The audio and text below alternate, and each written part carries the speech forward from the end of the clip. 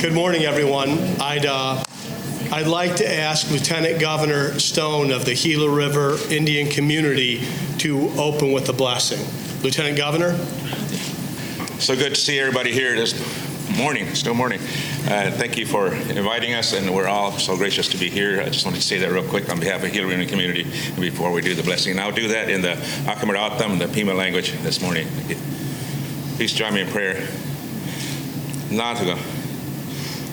How much Tasha the Pai so the Joe way a word to go how much come a taster boy Joe either matabo. Oh, and not be that upper a word to oh Worship, how much come at Massa Chuik at Massa? Was up I to war here. How much got the worst, how much come Joe the workers? Was up I to Joe, Mam the leader. What a cigar high so much more chim, was up the Joe, I would at Hugamat, Marby Joe, was how much got, was I knew with it, was up I to Chuik it, was up Chuik at the Massama, Natigam. Much cigar high to either. Most much got most up high to wash am the dear. More how much come. It's up the gear. How much is sorry? Warm up with none gets killed the green to cooked. What how much nothing. What's up? Thank you very much, Lieutenant Governor. A very special opening. I want to say, first of all, that we're here to address an issue that has personally impacted many people in this room and countless others across the nation. The crisis of missing and murdered Indigenous women and girls. Sadly, this issue is nothing new. This is a heart-wrenching reality that Arizona's tribal communities have been experiencing for many years.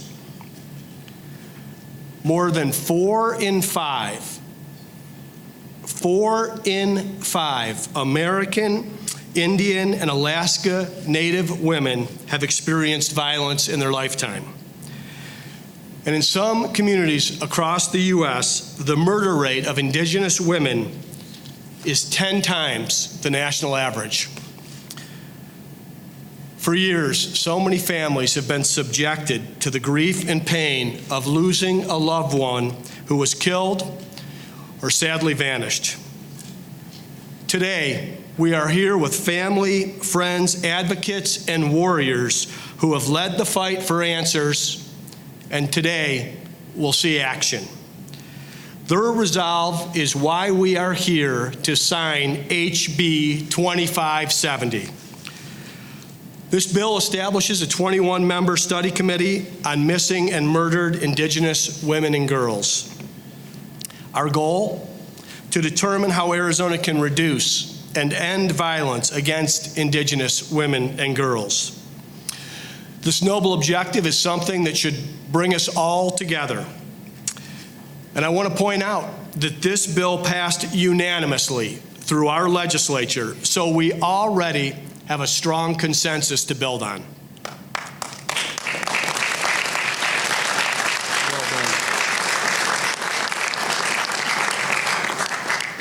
I want to give some sincere thank yous and shout outs to Representative Jennifer Germain and Senator Victoria Steele for sponsoring this legislation. Arizona is grateful for your determination to get this done.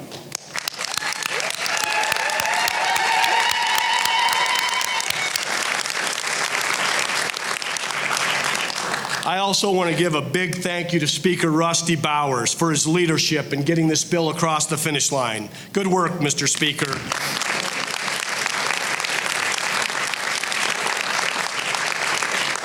I also want to say a special thank you to Lieutenant Governor Stone and the leaders of the Gila River Indian community for all you've done to bring attention to this crisis. And with that, I want to send thanks to Attorney General Mark Brnovich and his office for this hard work, for their hard work on this issue.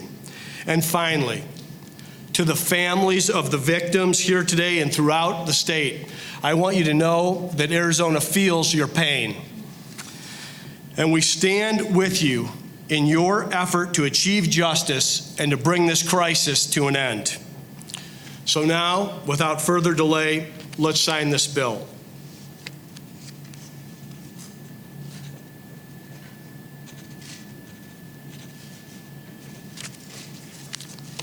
HB 2570, the law of the land.